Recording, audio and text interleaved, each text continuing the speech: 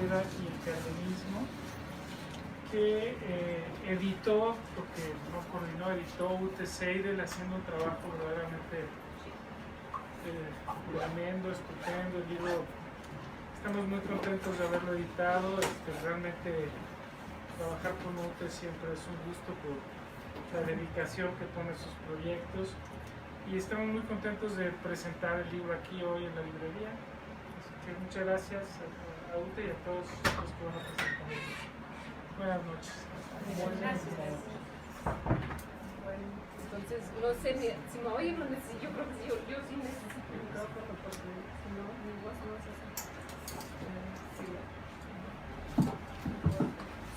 Bueno, pues muy buenas noches a todos ustedes. Mil gracias por haber llegado aquí al sur, algunos que vienen de más lejos, también como una de nuestras presentadoras, Mónica Quijano, y bueno, pues doy también la bienvenida a Inda Sainz, que bueno, nos dio la autorización también de reproducir su imagen en la portada, obviamente en particular también a los autores del libro, ¿no? Porque es un libro colectivo, entonces cada uno pone su granito de arena. Y también quisiera agradecer muchísimo a Mónica Daua porque me contactó con los pintores para poder justamente conseguir los derechos. Y entonces, bueno, fue como siempre en los libros es un proyecto realmente en conjunto, ¿no? O sea, no, pues más que nada, claro, en los libros colectivos, o sea, es un proceso también como fue producto de un proyecto de investigación, ¿no? De discutir, de leerse mutuamente, de hacer comentarios. Entonces es así como lindo en el sentido, ¿no? Como es el mismo proceso, la dinámica para sacar adelante un libro. Y ahorita pues quiero agradecer a los tres que aquí me acompañan como presentadores del libro, que también conocieron como varias etapas del libro. Siempre es bonito también esto, aunque no estuvieran en el proyecto, pero sí cercano al proyecto.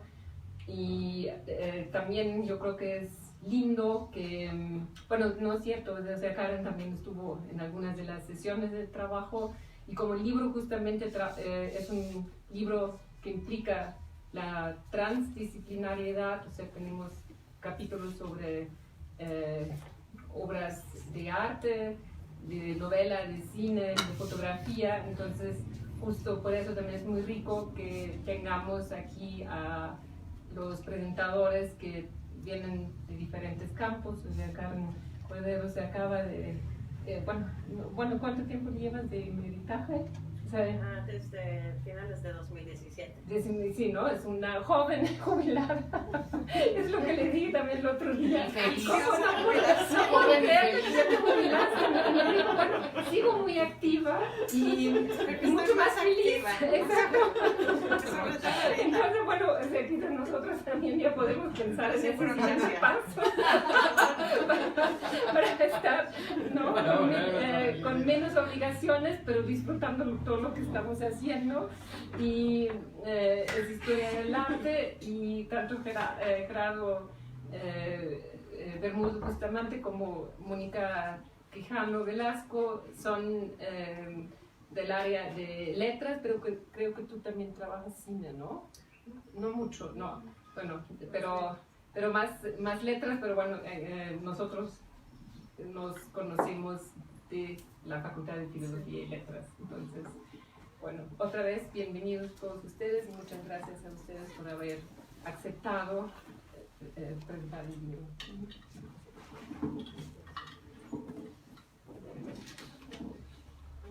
Sí, ¿cómo hacemos? Pues ¿cómo está? ¿Cómo está? Sí. Ya estamos. Perfecto. Entonces empiezo las tres así. Bueno, ya traje pero llevo varios días como una especie de peregrina entre partes de la ciudad. Entonces yo pude imprimir mi texto y lo traigo en mi computadora, así que pues ahí me van aquí encima de él. ¿Me escuchan bien? Sí. Ah, perfecto. Yo no sé si está permitido. Ah, no sé, pero Sí. Bueno, sí, de todo caso, Bueno. Okay. Ya me escuchan todavía mejor. Perfecto. Bueno, entonces muchas gracias, Ute, por la invitación a leer el libro. Fue un placer, la verdad, leerlo. Muy nutrido. Y bueno, voy a leer un breve texto que preparé a propósito de la presentación para no divagar demasiado, porque como ven es una especie de mamotreto, así que si me pongo a hablar todo lo que se me ocurre, pues no voy a terminar, ¿no? Bueno, entonces pues muchas gracias, gracias a todos también por estar aquí. Este volumen constituye una aportación significativa, tanto a la bibliografía sobre la historia cultural del siglo XX en México, así como al estudio de la memoria cultural y la reflexión metodológica y teórica al respecto en el contexto latinoamericano y en particular de México. Cuenta con 14 capítulos divididos en 5 secciones temáticas, además de una muy nutrida introducción de la compiladora y editora Ute Segel, por lo que no me voy a dedicar a reseñar cada uno de los textos que contiene, sino a realizar una valoración más puntual de lo que considero son algunos de sus aciertos principales, haciendo referencia a algunos de los contenidos. Como mencionó Ute, participé durante un periodo en el seminario sobre memoria cultural que nutrió la publicación, un seminario interinstitucional con sede en la UNAM, y también mi investigación se ha dedicado, entre otros temas, a la desconstrucción y reconfiguración de los relatos historiográficos sobre el periodo revolucionario y postrevolucionario desde la perspectiva de la historia del arte y los estudios de género. Quisiera en esta presentación resaltar algunas de las aportaciones del libro al estudio del periodo histórico que abarca, y por otro, el interés que reviste el enfoque metodológico que lo fundamenta. En primer lugar, quisiera subrayar que el libro no es una mera compilación, sino el resultado de un diálogo, como ya introdujo Ute también. Como ella señala en la excelente y detallada introducción del volumen, es el producto de un seminario PAPIT de la UNAM enfocado en el estudio de las teorías sobre la memoria cultural y su aplicación a diversos casos y temas de estudio, en función de los intereses y campos de trabajo de cada uno de las participantes. Se fundamenta, sobre todo, bueno, desde luego hay una muy nutrida también bibliografía, tanto en la introducción como en los otros ensayos, pero bueno, como ya mencioné en la introducción, se fundamenta ante todo en el planteamiento de Astrid Erb, espero que así se pronuncie, de la memoria cultural y su constitución dinámica, marcada no por la herencia de relatos estereotípicos, sino por la heterogeneidad y la constante renegociación, en la que también se destacan las diversas formas en las que los seres humanos asimilamos, interpretamos y resignificamos los productos culturales en diferentes medios: literatura, artes plásticas, cine, tradición oral, entre otros.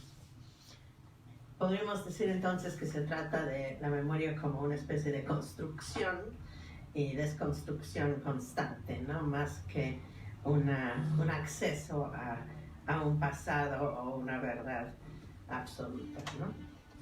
Los ensayos que se presentan en el volumen son el resultado, entonces, no solo de los campos de estudio disciplinares y temporales de sus autores y autoras, sino de una reflexión sobre los recovecos y latencias, como los denomina Ute, que nos permiten acceder a una lectura más compleja de los procesos culturales, sociales y políticos del siglo XX en México, en cuya macronarrativa la idea de revolución y los eventos y personajes asociados con ella, como si fueran partes de una constelación, adquieran pesos y matices muy diversos en función de su mediación por las emociones, los traumas y las necesidades de sus articuladores, usuarios e interlocutores. Asimismo, la dinámica del seminario y de los diversos eventos públicos en los que se foguearon los planteamientos de los participantes en el libro contribuyeron a una riqueza y diversidad en su contenido que adquiere un carácter inter- y transdisciplinar e intertextual en su conjunto y en muchos de los textos individuales también. Con respecto a la memoria cultural en el periodo específico de la llamada Revolución Mexicana, en particular, el libro también amplía el marco temporal que generalmente delimita este tópico histórico, digamos a partir de 1910 para la Revolución, 1921 convencionalmente para la postrevolución. Empieza antes de la lucha armada con la fundación de la Sociedad de Conferencias, antecedente del Ateneo de la Juventud, en 1907, al considerar que desde ahí se inicia el proyecto modernizador que da lugar a las construcciones simbólicas alrededor del proceso social, político y cultural que rodea la lucha armada. Seidel también señala que el volumen partió de la suposición de que, y cito, los marcos socioculturales y mediáticos cambiantes influyen tanto sobre la memoración, interpretación y significación de los acontecimientos pretéritos y de la actuación de los personajes históricos, como sobre la forma en que se releen y remediatizan las representaciones simbólicas anteriores. Habla de estos cambiantes contextos y pautas históricos, así como los procesos de resignificación, representación selectiva y también de censura en diversos medios a lo largo del siglo XX y en distintos soportes, resaltando las miradas oblicuas a figuras menos estudiados en este sentido, entre otros, el imaginario sobre Porfirio Díaz antes, durante y después de la lucha armada. Este tema es tratado en particular en el texto de Andrea Noble sobre la emotividad y las lágrimas fáciles que caracterizaron a Díaz en su momento y fueron objeto de burla en las caricaturas de la época, pero que se han ocultado posteriormente a través de representaciones hieráticas. Aparece en la primera sección del libro que, en una estructura que combina criterios temáticos con la referencia a pautas históricas, inicia con el rubro titulado El ocaso del porfiriato y la revolución cultural y de las ideas. Otro aspecto que caracteriza la novedad del volumen en su esfuerzo por remediar y analizar las llamadas latencias de la memoria es su atención por medio de estudios que parten de fuentes marginales o diversas a las que se han construido la visión hegemónica del periodo, a los deliberados olvidos y omisiones que han sostenido el mito de los y las protagonistas de la revolución en su versión hegemónica, su versión dominante, ya me repetí mi palabra.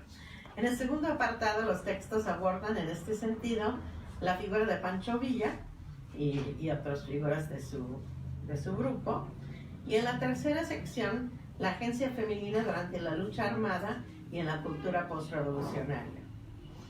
La preocupación por visibilizar a las mujeres, tanto como creadoras, así como en los papeles que asumen en las distintas fases del proceso revolucionario como actores públicos, políticos en la política y en la cultura, se convierte además en uno de los aspectos principales del libro, al analizar el sustento patriarcal de la visión cultural e histórica y explorar los subtextos que pueden extraerse del análisis de figuras femeninas como símbolos y portadoras de subjetividades y perspectivas distintivas.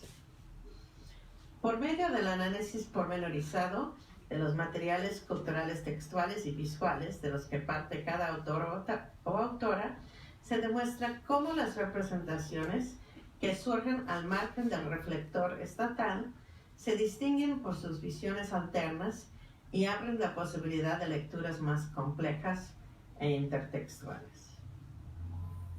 Asimismo, en las secciones 4 y 5 del volumen que nos ocupa, se presta una atención especial al aspecto, que también se subraya en la introducción, de remediación, que en realidad atraviesa todo el libro.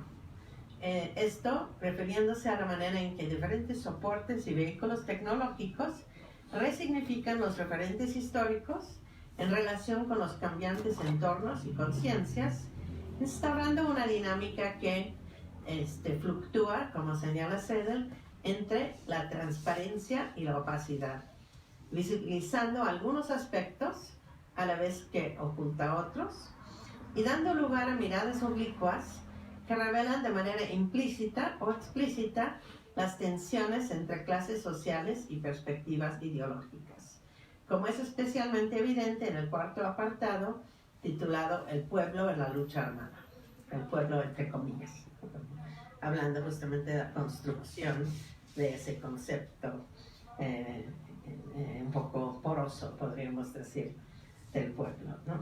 Que no existe como tal, ¿no?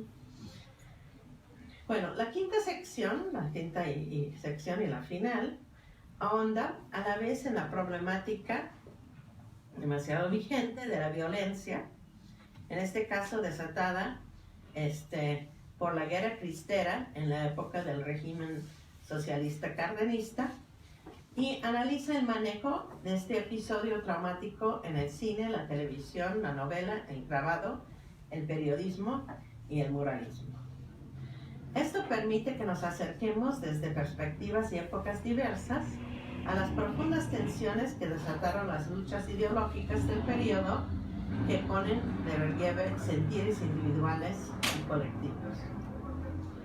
Justamente en su presentación del volumen, Ute comenta que la compleja relación entre el trauma individual, que aísla, y el trauma colectivo, que a menudo produce fenómenos de cohesión social y resistencia, de manera algo parecida a la relación a la vez biológica y dialéctica que señala entre la memoria individual y la memoria colectiva, que además confluyen en la dinámica entre las convenciones de narración y representación y los fenómenos de recepción y resignificación subjetiva de la cultura visual y las letras.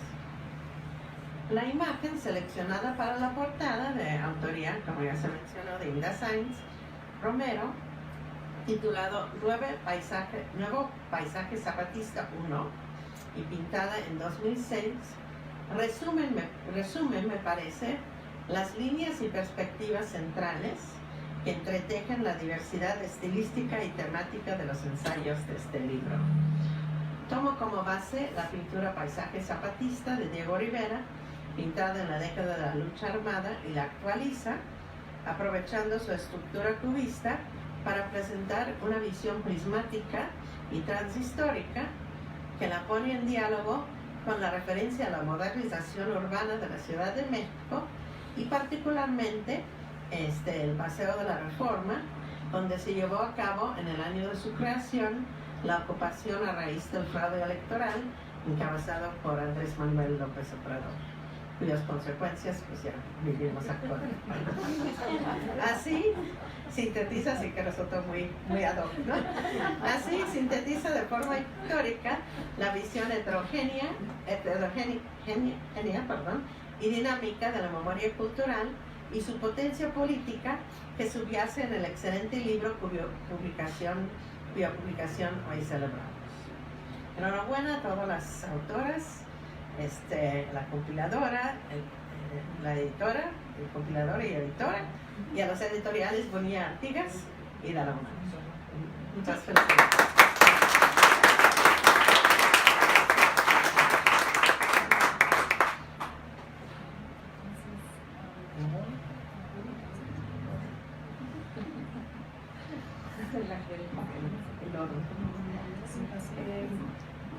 Bueno, pues siempre las presentaciones de libros son una celebración, ¿no? O sea, justamente porque pues ya podemos ver el trabajo de tantos años y discusiones, entonces pues sí, a mí me gusta mucho este tipo de acontecimientos, porque es un acontecimiento, porque justamente podemos celebrar la llegada de este nuevo volumen, ¿no? Bueno, pues muchas gracias por la invitación para presentarlo, para leerlo, para comentarlo, ¿no? Me parece que es un material pues muy rico, ¿no? En donde se estudia pues la construcción simbólica que han hecho diversas obras, ¿no? Literarias y televisivas, cinematográficas, musicales, pictóricas, fotográficas, sobre un acontecimiento fundacional de la historia moderna mexicana, que pues es la Revolución de 1910, ¿no? Y que, bueno, como también ya se comentó, este acontecimiento va a estar complementado con la construcción memorial sobre otros episodios, ¿no? Cercanos a la Revolución, o sea, tanto antes como después, ¿no? Como serían los últimos años del Porfiriato, la Guerra Cristera y el Cardenismo. Ahora, antes de comentar el contenido del libro, quisiera yo situar esta publicación en un marco más amplio, pues el hecho de tomar como eje central la construcción cultural de la memoria sobre este acontecimiento importantísimo de la historia mexicana, pues entra en sintonía con el cambio experimentado por nuestras sociedades con respecto a la forma en cómo vivimos la relación con el pasado. Este desplazamiento se ha explicado como un síntoma de una crisis del régimen moderno e implica una nueva manera de relacionarse con el tiempo, descrita por Andreas Huizen como una cultura de la memoria. Esta cultura se manifiesta en el incremento, tanto en el espacio público como en el privado, de un interés por la recuperación del pasado con el fin de paliar la ansiedad de un futuro que ha dejado de ser prometedor para presentarse algunas veces como incierto y muchas más como amenazante. Se trataría, por lo tanto, de un cambio estructural en las maneras de vivir y percibir la temporalidad, maneras que contrastan con el imaginario dominante del siglo XX, rodeado de futuros utópicos, liberación y emancipación. Esta cultura global o transnacional de la memoria implica una emergencia generalizada de ciertas preocupaciones sobre el pasado y sus codificaciones en los discursos políticos, sociales, legales y culturales contemporáneos. Pensemos, por ejemplo, en el debate abierto hace un par de días, ¿no? Por la carta que nuestro presidente envió al rey de España, el auge de operaciones para proteger el patrimonio, la restauración de centros históricos, las múltiples conmemoraciones, las películas y series televisivas con temas históricos, las leyes memoriales, la escritura de memorias y confesiones, ¿no? Por poner algunos ejemplos. En este sentido, el libro que hoy presentamos pues propone diversos acercamientos mediante los cuales se busca mostrar o explicar, en el caso de México, algunas de las formas en que el pasado se ha inscrito y ha sido transmitido mediante artefactos culturales que conforman una memoria plural sobre, bueno, en este caso sobre algunos acontecimientos de la historia nacional, ¿no? Pues bueno, el estudio introductorio, que es un excelente punto de arranque, por él la editora, UTE, hace una revisión panorámica de todos los productos culturales que han tomado como motivo la revolución, ¿no? O sea, cine, foto, artes plásticas, literatura. Y este panorama permite encuadrar y situar los diversos acercamientos del libro en esta tradición que ha privilegiado el acercamiento a algunos personajes y delineado ciertos valores que en algunas ocasiones han servido como una pedagogía cívica del orden y la identidad nacional por revolucionaria, y en otras han servido para cuestionar esta historia oficial. El otro elemento que me parece importante de esta introducción es la presentación general del concepto de memoria cultural, que pues es el eje teórico que da unidad al libro, ¿no? Esta revisión general me parece muy pertinente porque permite mostrar los vasos comunicantes, estos diálogos e incluso las tensiones que se presentan entre la historia, la memoria y los productos culturales que ambos discursos representan a partir de este trabajo de reformulación simbólica del pasado. Y esta reformulación en este caso pues se da a través de la recuperación de ciertos acontecimientos y actores de la historia nacional, ¿no? Y los cuales han permitido además construir el imaginario colectivo que les ha dado fundamento. Sí, o sea, efectivamente la base teórica de la reflexión la proporciona principalmente Astrid Erll, Y de lo señalado por él, a mí me gustaría destacar este elemento tridimensional que la misma Ute recupera en su introducción, del concepto de memoria cultural, porque en él, digamos, se incluye por un lado lo social, ¿no? Es decir, los actores, las prácticas y las instituciones, lo material, que se traduce en el soporte por medio de los cuales estas memorias se vehiculan y que a su vez está conformada por artefactos y medios, y finalmente las mentalidades que implican formas de pensar, ideologías e imaginarios, ¿no?, que construyen una comunidad. Bueno, ahora sí, ya pasemos a los capítulos. El libro también, como ya se comentó, está dividido en 5 apartados, ¿no? Bueno, ahorita voy a hablar de ellos en específico, pero bueno, me parece que esta división está organizada como a partir de 2 ejes, ¿no? Para reflexionar justo cómo se han construido estas representaciones simbólicas del pasado. Por un lado, un eje que yo diría que es histórico-temporal, que está marcado por los acontecimientos políticos y culturales, que sería como el primero y el último apartado. Y por otro, un eje que va a estar vinculado con las representaciones simbólicas de ciertas figuras que tuvieron agencia durante estos periodos, ¿no? Que son los capítulos del medio, digamos, les digo los apartados del medio. Ahora, a mí me interesa destacar una cuestión que me pareció muy pertinente en la elección de los agentes que se analizan en el libro, porque me parece que es bastante plural, porque aborda distintos grupos, ¿no? O sea, por un lado tenemos, digamos, a los representantes de los grupos hegemónicos, ¿no? De las masculinidades en el poder, y que se puede traducir en las élites intelectuales, políticas y militares, ¿no? Como por ejemplo es el caso de Díaz, de Villa, de Fierro, incluso de Martínez Guzmán, por ejemplo, ¿no? Por otro lado, estaría como la representación de la construcción de esta idea de pueblo, ¿no?, como un agente fundamental de la lucha armada. Y finalmente también lo que ya se destacó y que me parece muy importante es darle una centralidad a la reflexión sobre la agencia de las mujeres en los periodos revisados, ¿no? Bueno, la primera sección, que ya se comentó, lleva por título El ocaso del porfiriato y la revolución cultural y de las ideas. Está integrada por 2 capítulos, el primero de Liliana Leimer, que está por aquí también, en donde se hace un recuento de la producción ensayística de Pedro Enrique Sureña sobre la revolución, así como de la sociabilidad intelectual que se estableció alrededor de su figura pública durante los últimos años del porfiriato, los primeros de la revolución, y su vuelta a México entre 1921 y 24, ¿no? El acierto de este capítulo radica en que la autora sitúa el pensamiento del intelectual dominicano en un panorama más amplio de la historia y la sociabilidad intelectual dentro del cual se desarrollaron sus ideas, cómo fue su relación tanto con Luis Urbina como con los miembros del Ateneo, especialmente Alfonso Reyes. El segundo capítulo también ya se hizo referencia, ¿no? Es esta revisión que realiza Andrea Noble de las representaciones de Porfirio Díaz en actos públicos, ¿no?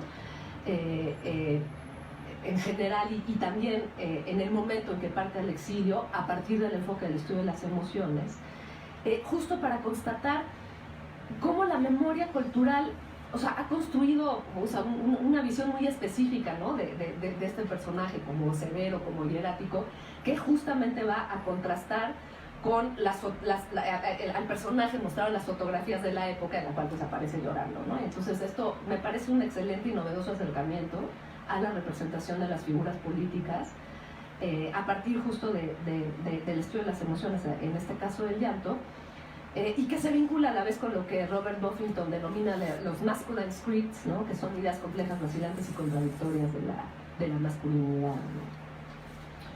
El siguiente apartado lleva por título La construcción de mitos en torno a los generales revolucionarios, y también se compone por 2 capítulos, los cuales revisan 2 figuras masculinas claves de la lucha armada, a Francisco Villa y Rodolfo Fierro, ¿no? En el primero de ellos, Luz Helena Gutiérrez de Velasco opta por abordar la construcción imaginaria del caudillo revolucionario en Cartucho, Las manos de mamá, y apuntes sobre la vida familiar de Francisco Villa, de Nelly Campobello, y en Memorias de Pancho Villa, de Martín Luis Guzmán.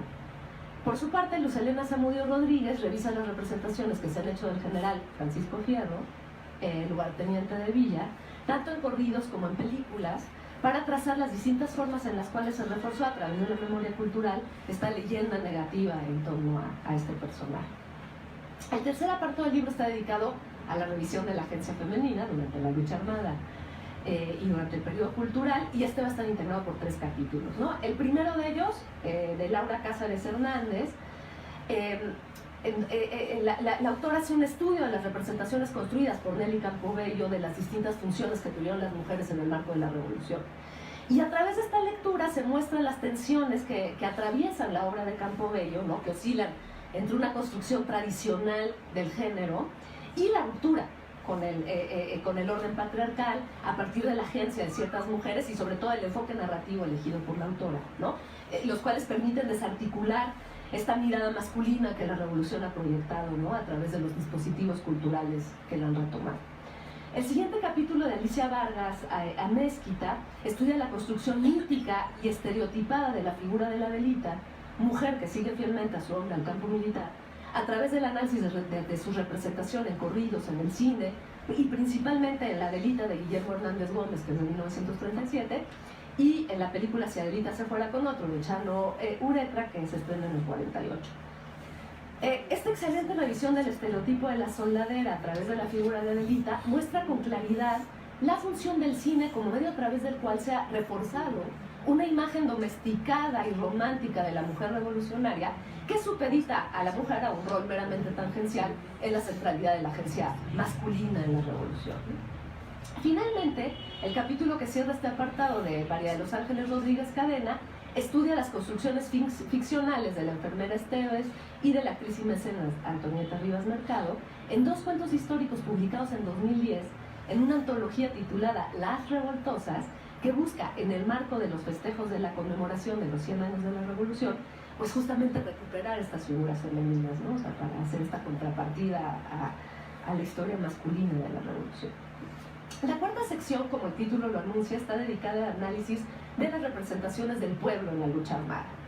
Al igual que el apartado anterior, está compuesto por 3 capítulos. En el primero, Edith Negrín estudia la construcción de las representaciones del pueblo en la adaptación que se hizo al cine de las novelas Los de Abajo de Azuela, Vámonos con Pancho Villa de Rafael Muñoz y El compadre Mendoza de Mauricio Magdalena. Entonces, o sea, lo que hace el capítulo es presentar un análisis de las adaptaciones cinematográficas de la novela, ¿no? O sea, justo, bueno, a partir de este eje de ver cómo se representa el pueblo y las transformaciones de esta representación cuando se pasa del texto escrito al cinematográfico, ¿no? O sea, justamente como que en Héroes Admirables o Criminales Condenables, la representación de los revolucionarios populares en el cine mexicano de la época de oro, largo título, y largo capítulo también, Claudia Arroyo Quiroz estudia la función de las representaciones de los revolucionarios en películas mexicanas de la década de los 40 y de los 50, que la autora denomina melodramas revolucionarios, y principalmente, o sea, se centra como, sobre todo en Flor Silvestre, y en la trilogía de Ismael Rodríguez sobre Pancho Villa, ¿no? Entonces, es una minuciosa y estimulante revisión en la cual se destaca el papel que estas representaciones jugaron en la construcción de una interpretación muy ambivalente sobre el movimiento armado, ¿no? O sea, justamente muy ambigua, ¿no? O sea, por eso héroes y villanos, ¿no? O sea, entre el heroísmo, pero también este miedo a la revuelta. En el capítulo que cierra esta sección, Ute analiza con detalle el film La casta divina de Julián Pastor, situada en Yucatán, donde se expone la condición deplorable y la explotación de los peones mayas en 1915, así como las causas que los llevaron a unirse a las tropas revolucionarias. Este capítulo tiene la virtud de rescatar y estudiar la representación que en esta película se hace de la revolución en una región muy particular que es Yucatán, ¿no? Presentando además en una introducción que me pareció también bastante pertinente, donde Ute expone la casi nula representación de los indígenas en tanto comunidades identificables en las películas que han representado la revolución a lo largo del siglo XX. Ya, el último apartado del libro, ya vamos al último, lleva por título Institucionalización de la Revolución, Guerra Cristera y Cardenismo, y en él se estudian las representaciones a estos acercamientos posteriores a la lucha armada.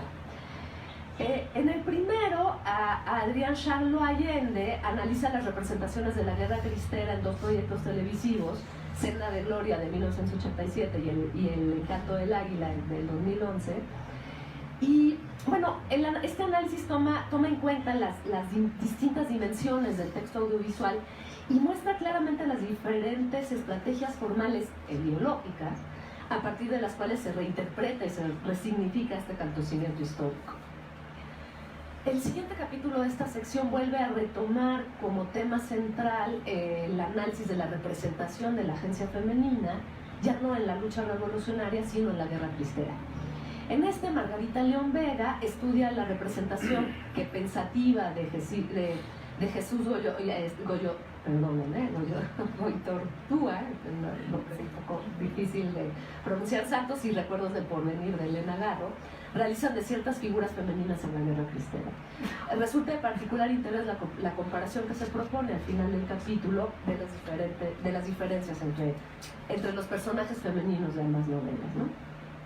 En Violencia y Memoria, la gráfica de Leopoldo Méndez, Ana Torres Arroyo analiza 7 litografías realizadas por este artista gráfico para denunciar la violencia ejercida durante los inicios del cardenismo contra los maestros rurales. El artículo propone un análisis detallado de las litografías y las sitúa en el contexto político-social de su producción. Y bueno, celebro que se hayan incluido la reproducción de estas litografías, porque la verdad es que tienen una fuerza tremenda y ayudan a entender de manera más precisa los excelentes análisis que de ellas hace la autora. Y bueno, finalmente el artículo que cierra el volumen está también dedicado a la representación y participación de las mujeres, esta vez en la revista Frente a Frente y el mural El ataque a la maestra rural de Aurora Reyes. En este capítulo, Diana Comisarenko-Mirkin estudia el ataque dirigido a las mujeres maestras y el enfrentamiento entre los valores conservadores del clero con respecto a la función de la mujer en la sociedad y las políticas del gobierno cardenista que imputaron el sufragio universal y los derechos laborales de las mujeres, así como la función ambigua de la LEAR con respecto a la violencia de género ejercida contra las maestras. Y bueno, nada más para terminar, yo también quisiera mencionar que se nota, ¿no?, en la reunión de todos estos acercamientos un trabajo realmente colectivo, ¿no?, cuyo eje, como señalé al inicio, es el concepto de memoria cultural, y la verdad es que es de celebrarse porque justo hace que este volumen no sea solo una recopilación de artículos heterogéneos, ¿no?, y dispersos con algunos temas en común, sino hay de verdad una unidad metodológica, además de temática, ¿no?, y que debo decir que es una virtud en la que adolecen muchas de este tipo de publicaciones. Y bueno, finalmente, pues sí las invito a leer este libro, que me parece que es un aporte fundamental para la construcción de una historia crítica de la memoria nacional, ¿no? Muchas gracias.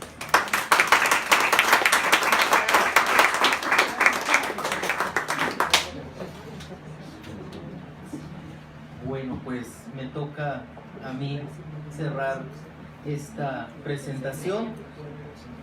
Y bueno, daré lectura a un texto que preparé que dice así: en el año 2000 se realizaron en México varios eventos alusivos a la conmemoración por el centenario de la Revolución Mexicana.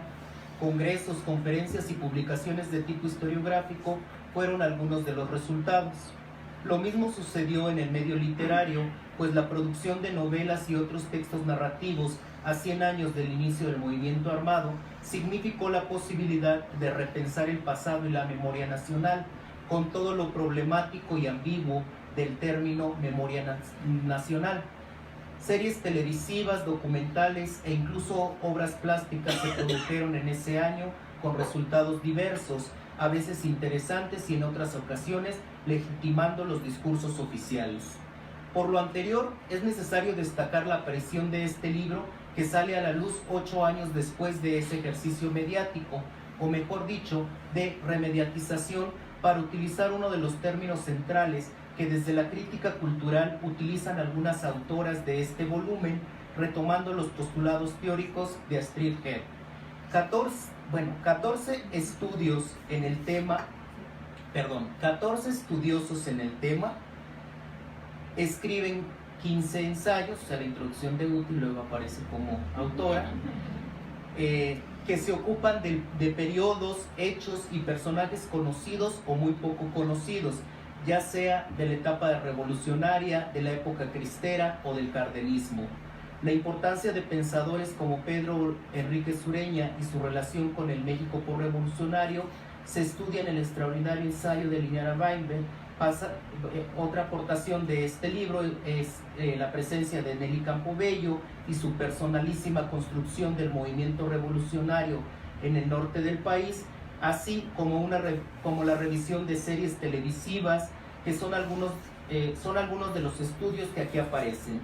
Este libro tiene la particularidad de no ser, como ya dijeron mis compañeras, un compendio de ensayos temáticos, sino un articulado de propuestas alrededor de un eje temático, que es la memoria cultural y el estudio de productos literarios, periodísticos, biográficos y audiovisuales a lo largo de varias décadas, como manifestaciones de representaciones simbólicas que ahora son revisadas de manera crítica como una contribución al estudio de la memoria cultural. Para este libro, Ute Seiden, editora del volumen, reúne especialistas en el tema como Claudia Quirós, Laura Cázares, Andrés Charlos, Tina Komisarenko, Luis Elena Gutiérrez de Velasco, Margarita León, Edith Negrín, Andrea Noble, María de los Ángeles Rodríguez, Ana María Torres, Alicia Vargas, Liliana Weinberg y Luz Elena Zamudio. Un texto introductorio que dialoga con el enfoque teórico sobre la memoria y el estudio del arte sobre el tema, un texto introductorio, que es el de Ute, dialoga con el enfoque teórico sobre la memoria cultural y el estado del arte. Dignifican este libro, que bien puede ser material de referencia para ulteriores estudios sobre el tema tratado, porque no solo hace todo una revisión y un aporte de todos los productos culturales de los que ella ha registrado, sino que tiene una amplísima bibliografía que sería básica para cualquier persona que desee adentrarse en el tema. Bueno, la memoria cultural acerca de la Revolución Mexicana, la Guerra Cristera y el Cardenismo es más que un libro de ensayos académicos para especialistas. Es un auténtico aporte desde las ciencias sociales y las humanidades para hacer diálogo con los discursos nacionalistas imperantes. La obra de Inda Sainz en la portada sirve para tomar distancia respecto de los tópicos de una época pretérita, por eso también es un diálogo en el que la remediatización y la modernidad confluyen. La mirada crítica de los ensayos supone una deconstrucción de los discursos hegemónicos con los que este país construye sus ficciones desde la llamada época posrevolucionaria hasta la actualidad. Héroes o demonios, personajes anónimos o poco reconocidos por la historia oficial y la cultura filmográfica y literaria del país, son estudiados e incluso revelados para los lectores formados dentro de una educación ortodoxa. El soporte teórico de los artículos es la historiografía en algunas ocasiones, la historia de las ideas y por supuesto los estudios culturales. Varios artículos recuperan los postulados de Astrid Herr, Paul Ricoeur, Maurice Halbach, Jan Assmann, Voltaire y Grusin y otros, ¿no? Así como diversos estudios sobre productos culturales del periodo de la Revolución al Cardenismo, que se presentan como miradas actuales que permiten un replanteamiento de la historiografía y las maneras en que determinados productos culturales se sitúan como agentes de representación, memoria, construcción e incluso exclusión de los episodios nacionales. En algunos casos, la instauración de figuras históricas y hechos emblemáticos fijaron por generaciones el recurso del melodrama histórico nacional, y en ese sentido varios de estos textos contribuyen a entender la propia cultura sentimental mexicana y a ver ciertos periodos, obras y discursos con diferente mirada. Algunos artículos de este volumen están conectados. Por ejemplo, Alicia Vargas estudia la remediatización del famoso corrido Si Adelita se fuera con otro, en tanto que Luz Elena Zamudio hace lo propio con el corrido Suscita en Chihuahua y explora la reelaboración de un personaje casi olvidado, que es Rodolfo Fierro. Zamudio busca pistas sobre este personaje en documentos literarios, corridos e incluso en películas. Por su parte, Edith Negrín también se ocupa de la representación fílmica de las conocidas obras Los de Abajo, de Azuela, Vámonos con Pancho Villa, de Rafael F. Muñoz, y El compadre Mendoza, de Mauricio Magdaleno, en sus respectivos registros filmográficos, a la vez que hace una revisión de otras películas de la llamada Época de Oro, del periodo de 1936 a 1956. Referente obligado cuando se habla de una época por-revolucionaria, pero en varios sentidos, bajo la idea romántica de la historia y sus personajes. Un artículo que me parece destacable y revelador es el escrito por Andrea Noble, quien en su artículo titulado El Llorón de Icamole se va al exilio, ritual y emoción en vísperas de la Revolución Mexicana, demuestra a través de unas estrofas de un corrido y de diversas imágenes la faceta emotiva y el llanto de don Porfirio Díaz, el líder político, formal, grave, serio, solemne, y el presidente de lágrima fácil, en la batalla de Icamole en mayo de 1876. Las lágrimas como tema de estudio a partir de la canción titulada El presidente llorón permiten a la investigadora hablar sobre la prensa escrita opositora y las maneras en que se representa la propensión a llorar del presidente Díaz. Bueno, yo me pregunto cómo construimos a los personajes revolucionarios populares desde la historia y sus registros. ¿Son héroes admirables o criminales condenados? Esa es la pregunta que se hace Claudia Arroyo Quirós, quien estudia la ambivalencia de algunos personajes revolucionarios en el cine del periodo 1940-1950. Por su parte, Ute Seidel, en el artículo La articulación de latencias de la memoria en torno a la revolución, la casta divina, de Julián Pastor, hace una revisión de la cinta y del acontecimiento sobre la revolución en Yucatán, pero sobre todo destaca la actuación de los peones indígenas y los mestizos y la importancia que tienen en el conflicto como pueblos originarios, que es un concepto que ella desarrolla para su artículo. Tema muy poco representado dentro de los estudios sobre la revolución, lo mismo que el desempeño del general constitucionalista Salvador Alvarado, que es un personaje que en lo personal para mí era anónimo, excepto por la película que vi. La verdad yo no la conocía, la vi a partir de la lectura del artículo. Bueno, Salvador Alvarado, conocido solamente en el ámbito de lo local. La película es importante, entre otras cosas, porque, como dice Seidel, cito, aborda el destino de las mujeres criollas y el de las sirvientas indígenas. En la película, dice ella, la autora, el destino de las mujeres criollas y el de las sirvientas, en la película, dice Seidel, no se escuchan corridos ni serenatas, no existen escenas de borracheras, prostitutas o bailes en el campamento como en diversas cintas de la Época de Oro. Al contrario, se representa a Alvarado como revolucionario, trabajador y serio, que despacha diversos oficios y dialoga con su subordinado. En el largometraje faltan además personajes folclóricos e imaginario social relacionado con la revolución, como la Delita, el charro cantor y algún personaje cómico o torpe. Eso es lo que dice la autora. Sigo yo.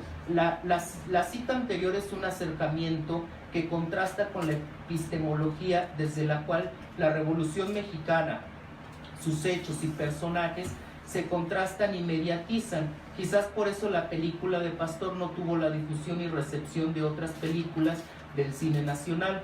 La mirada del director sería contraria a lo que Alicia Vargas estudia en su artículo titulado Del corrido a la pantalla grande, la Delita como estereotipo en el cine mexicano, en donde a través del análisis del discurso como herramienta hace un recorrido por las formas homologadoras del ser hombre y mujer dentro de la revolución, con su inherente sistema androcéntrico que regula la reconfiguración simbólica de una mexicanidad hegemónica que hace uso de la hipérbole del macho y de la delita a través de la música popular y su representación fílmica. Contrario a esta mirada genérica que representa el personaje de la Adelita, María de los Ángeles Rodríguez se encarga de la representación de Refugio Esteves Reyes, la primera enfermera militar mexicana que atendía a los heridos en campaña, y de Rivas Mercado. Para ello recurre, como ya dijo Mónica, al análisis de dos cuentos, Mamá Cuca de Ana Díaz Sesma y de Antonieta y sus dos cuentos de María Teresa Joyera, aparecidos en la colección Las Revoltosas del año 2010, que es uno de los productos culturales que se publicaron a 100 años de la Revolución, ¿no? Este estudio es un aporte a la recuperación de la memoria y de la identidad de personajes, sobre todo una prácticamente desconocido, que es Refugio Esteves. Y bueno, son importantes porque más allá del personaje de la Adelita, a estos personajes se les ve como mujeres útiles en el espacio de la salud o en el ámbito de la cultura. En cambio, pues las Adelitas son figuras accesorias, figuras que están al lado de los personajes masculinos. Bueno, un artículo muy pertinente es el también que ya hizo Mónica referencia, que se llama De Senda de Gloria al Encanto del Águila, la Guerra Cristera en la Televisión Nacional, de Adrián Charlois Allende. En este texto se utilizan herramientas de la semiótica de la imagen para estudiar las representaciones de la época cristera en dos productos televisivos, una telenovela y una miniserie de gran alcance, justamente por el formato en el que salieron, ¿no? Se proporcionan los antecedentes fílmicos sobre el tema y posteriormente se analizan los productos televisivos, destacando que el género melodramático establece un correlato entre las historias ficticias y su correspondiente contexto.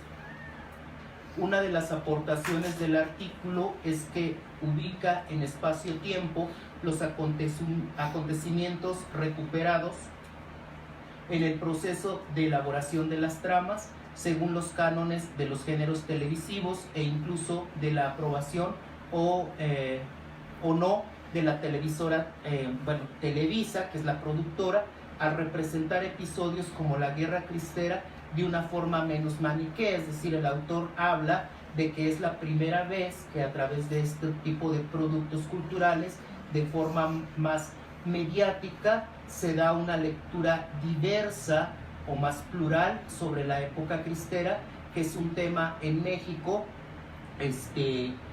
por ser un país eminentemente católico, hay como una historia. Él dice, bueno, ahí hubo en este periodo cierto permiso de la televisora a mostrar otra faceta de la época cristera. Nos dice Charlois Allende que a partir de los años 80 del siglo pasado, el tema cristero se abrió a un panorama más amplio, sobre todo porque la obra de Lin May y la asesoría del historiador Fausto Zenón Medina para la serie y la telenovela articula nuevas formas de presentar y remediatizar un tema quizás polémico en algunas producciones televisivas.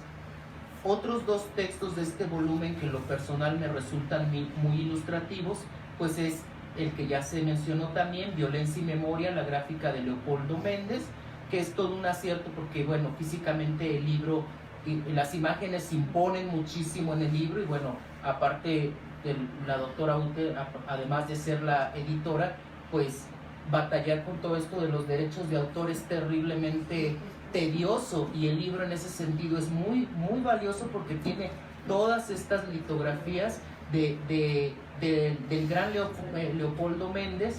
Es un texto de Ana Torres, que escribe Ana Torres Arroyo. Se trata de un estudio sobre la memoria visual en la obra 7 litografías del gran Leopoldo Méndez. Particularmente se estudia la denuncia de los asesinatos de maestros rurales en la década del 30, tema también poco explorado y poco registrado. La autora hace un balance sobre la violencia y el contexto histórico, ideológico y político del periodo 1930-1935, por lo que se permite leer los diversos conflictos políticos e ideológicos como consecuencia del proyecto socialista del cardenismo. A través del estudio de la narrativa visual, el lector de este artículo conoce historias de profesores totalmente anónimos y recuperados por Leopoldo Méndez y estudiados por Torres Arroyo, como Ramón Horta del Río, o la historia colectiva de matanzas de campesinos y maestros rurales en Guanajuato en los años 30, o el asesinato del profesor José Martínez Ramírez o de otro profesor de nombre Ildefonso Vargas, entre muchos otros, todos ellos que son mártires ideológicos en un contexto convulso del México posrevolucionario. El otro artículo que complementa el tema de la violencia, pero en este caso femenino, es el titulado La representación y participación de las mujeres en el ataque a la maestra rural, de Aurora Reyes, y Frente a Frente, escrito por Dina Comisarén. En este estudio, que además es precioso, se hace una revisión de la importancia y participación de las mujeres de ideología de izquierda, más allá del tradicional papel de las adelitas, mujeres que están al lado de los revolucionarios, pero no son protagonistas. En este caso se destaca la contribución de Aurora Reyes y de su panel titulado justamente El ataque a la maestra rural, así como la revisión de algunos artículos de la revista Frente a Frente, publicada por la Liga de Escritores y Artistas Revolucionarios, la famosísima LEA, durante los años 30, centrales del artículo, pero también la representación de la violencia en contra de las maestras rurales. Se estudia el discurso militante de izquierda de Reyes, quien dicho sea de paso es una poeta de grandes vuelos, pero hasta el momento su obra no ha sido lo suficientemente atendida por la crítica. El estudio de los artículos periodísticos de la revista, por su parte, permite conocer la dimensión participativa de las mujeres educadoras en los años 30 del siglo pasado y su gran aporte al desarrollo de la educación en México. En síntesis, el libro aquí presentado es un aporte amplio a los estudios sobre la memoria cultural en México, desde un enfoque crítico y con un soporte teórico a través de diferentes productos culturales. Quizás este libro, creo yo, puede ser el génesis o es ya el génesis para otros volúmenes en los que se revise la etapa posterior al cardenismo y de figuras centrales y olvidadas en la historia nacional, como es el caso del campesino morelense Rubén Jaramillo, por ejemplo, que no entra en este periodo, pero sé que es también un tema de interés de la doctora Seidel, y de varios hombres, mujeres y episodios nacionales que nos permitan pensar de manera plural la historia mexicana y las políticas de rememoración. Muchas gracias.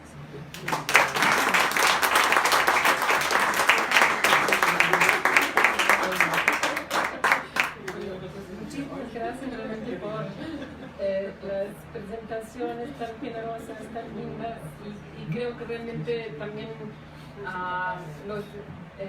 quizás futuros lectores del libro pues les da como una introducción muy buena, muy puntual, ¿no?, acerca de los diferentes capítulos y acerca del proyecto como tal. Y yo siento realmente que hay muchos temas que, puedo decir también, desgraciadamente no son nada más del pasado, ¿no? Como esa cuestión de la violencia contra los maestros. O sea, cuando estuvimos iniciando el proyecto, pues justo había pasado la desaparición forzada de los normalistas de Ayotzinapa. O sea, como que siempre uno veía como es pasado, pero también es presente.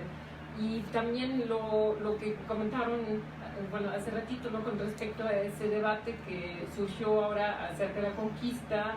Yo creo que ya es también en el próximo libro, ¿no?, como que volver a trabajar el tema de la conquista, pero realmente con esa idea desde la memoria cultural, cómo se presenta, cómo hay ciertas ideas, como también ahí hay como muchas latencias, porque hasta la fecha hay muy pocos trabajos y obviamente también relativamente pocas representaciones que circulan a nivel nacional, que es justamente cómo lo perciben los pueblos originarios, ¿no? Porque sí tienen sus representaciones, pero no han circulado, ¿no? Y yo creo que sí es el momento de hacer más trabajos realmente sobre su visión, o sea, sobre todos los acontecimientos históricos en los que ellos también estuvieron involucrados, pero que, bueno, porque no tenían acceso al mercado probablemente de las editoriales, pues no han podido pues hacer circular, ¿no? O sea, llevar realmente a un público mayor esas representaciones, ¿no? Y les iba a decir que quizás eso también les pueda interesar, bueno, a raíz del mural que comenta Dina Komisarenko, el atentado a la maestra rural. Justo hace 2 semanas se inauguró una exposición sobre Aurora Reyes, que realmente, bueno, desgraciadamente yo no pude ir a la inauguración porque estaba en Alemania, pero ojalá puedan ir porque es una, no solo pintora, realmente muy talentosa, además es la primera muralista mujer, sino que es también una poeta que tiene una poesía llena de colores, o sea, se nota que es una pintora la que escribe la poesía, es una belleza. Casi tampoco no se conoce esa poesía porque ella quedó un poco vetada después de a raíz del 68, porque o sea, no quiso cooperar con Julia Álvarez después del 68, cuando él la quería nombrar directora de Bellas Artes, ¿no? Entonces quedó vetada desde entonces, no pudo exponer su obra. Hace poco sí hubo otra exposición en Chihuahua, pero ahora es la primera en la Ciudad de México y ojalá puedan ir, está en el Museo de la Ciudad de México. Y entonces sí, o sea, creo que también, o sea, es parte del rescate, ¿no? O sea, la memoria cultural acerca de ciertos acontecimientos, pero también rescate de los mismos creadores. O sea, en el caso de Leopoldo Méndez fue también muy lindo, o sea, la familia vive ahora bueno, su hijo y su nieto viven en Chiapas, pero desde ahí estuvimos en comunicación. Les envié obviamente también los libros para que vean, ¿no? que se sigue trabajando la obra de Leopoldo Méndez. Entonces sí hay como cosas realmente de aquí, también en el sentido de rescate, que creo que para todos nosotros fue muy fascinante también en el proceso, ¿no? Y realmente sí, o sea, creo que todos estamos contentos. Porque sí hay mucho, o sea, realmente eso de descubrir, ¿no? Yo cuando empecé con el proyecto, yo iba a hacer algo también sobre las soldaderas, y luego dije, no, pues ya hay tanto sobre soldaderas, y entonces fui a buscar más bien cosas que no se habían trabajado, y así llegué a esa película de Julián Pastor, que cuando fui a la Cineteca casi no tiene nada en el centro de documentación sobre la película. Es como también una película que casi salió, se vio y no se enlató, o sea, no fue una censura, pero no se volvió a poner en una parte, ¿no? Y entonces yo no sé si también de los autores alguien quiere decir algo, hay preguntas. ¿El autor no vino?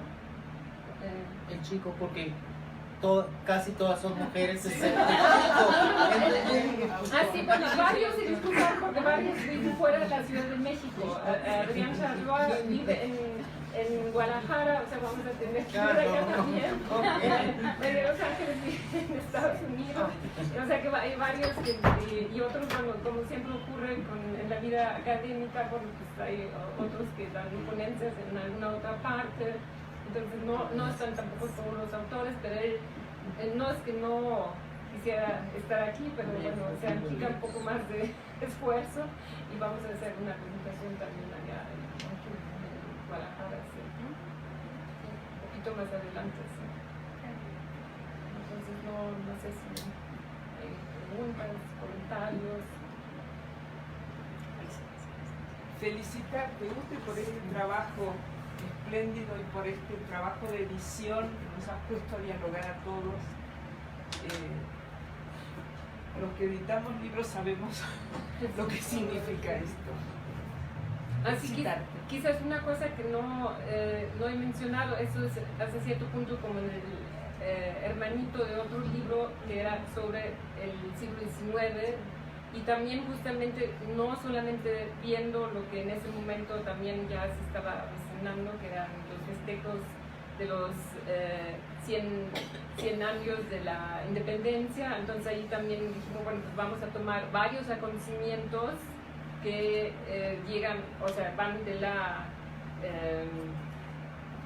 guerra de independencia hasta justamente el porfiriato. Y entonces, bueno, pues hasta cierto punto sí la continuación. Yo creo que también por eso Rado dijo, bueno, pues seguramente va a venir otro que cubre luego del cardenismo hasta la actualidad. De hecho, bueno, eso no es un libro, pero es una revista que también con ese enfoque de la memoria cultural, bueno, estuvimos como sacando adelante dentro del proyecto sobre memoria cultural y culturas de rememoración, y allá abarcamos de los años 50 justamente hasta inicios del 21, y tiene, o sea, claro, ya no como un gran acontecimiento, sino que son diferentes temas, ¿no? Sí. Yo también te felicito, Ute. Creo que fue un trabajo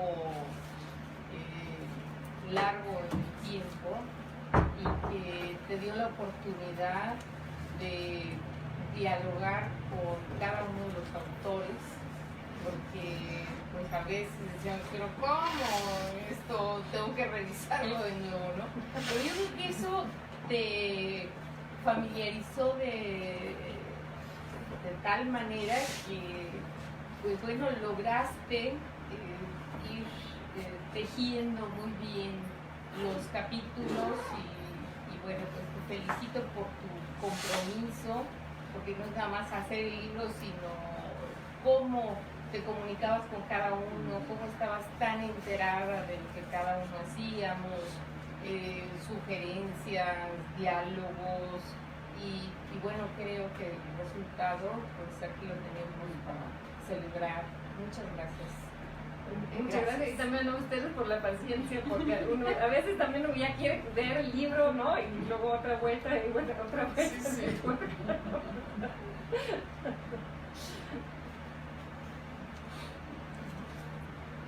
Y felicitar a la mesa también, las magníficas ponencias, verdaderamente, con más que comentarios. ¿Quieren un micrófono? No. Yo principalmente también le quiero agradecer porque son temas que, bueno, no sé, después de leer tanto a Astrid y a Asman, como que nos damos, bueno, me doy cuenta que nos cuesta mucho a los mexicanos ir hacia el pasado y tocar ciertos temas, que casi siempre somos de los que no vemos como hacia adelante, hacia atrás, sino que vivimos el presente. Y que una alemana venga y nos escriba algo sobre nuestra propia cultura y que nos abra los ojos, creo que es algo muy, muy difícil, y que la verdad yo estoy muy agradecida porque se lo mencioné en clase. Son temas que casi nadie como mexicano toca, o sea, hablamos de la independencia y luego como de los gobiernos priistas, pero como que la guerra cristera, la revolución, son cosas que no queremos hablar de ellas porque, no sé, no entiendo por qué, pero después de todos los resúmenes, yo ya quiero leer el libro y también el papel que le da otra vez a las mujeres, porque también en todas las películas, todas las fotografías, bueno, las típicas fotografías de Zapata y Villa son puros hombres los que se ven. En las películas también hombres, los que van a las batallas, todo es eso. Y creo que solo en la película esta de Como agua para chocolate fue la única vez que vi a mujeres yendo hacia a la revolución. Y que se analice este tipo de figuras que realmente sí jugaron un papel muy importante, creo que es muy importante. Y bueno, también le agradezco porque no sé, es buena idea y está muy bien que lo haya escrito.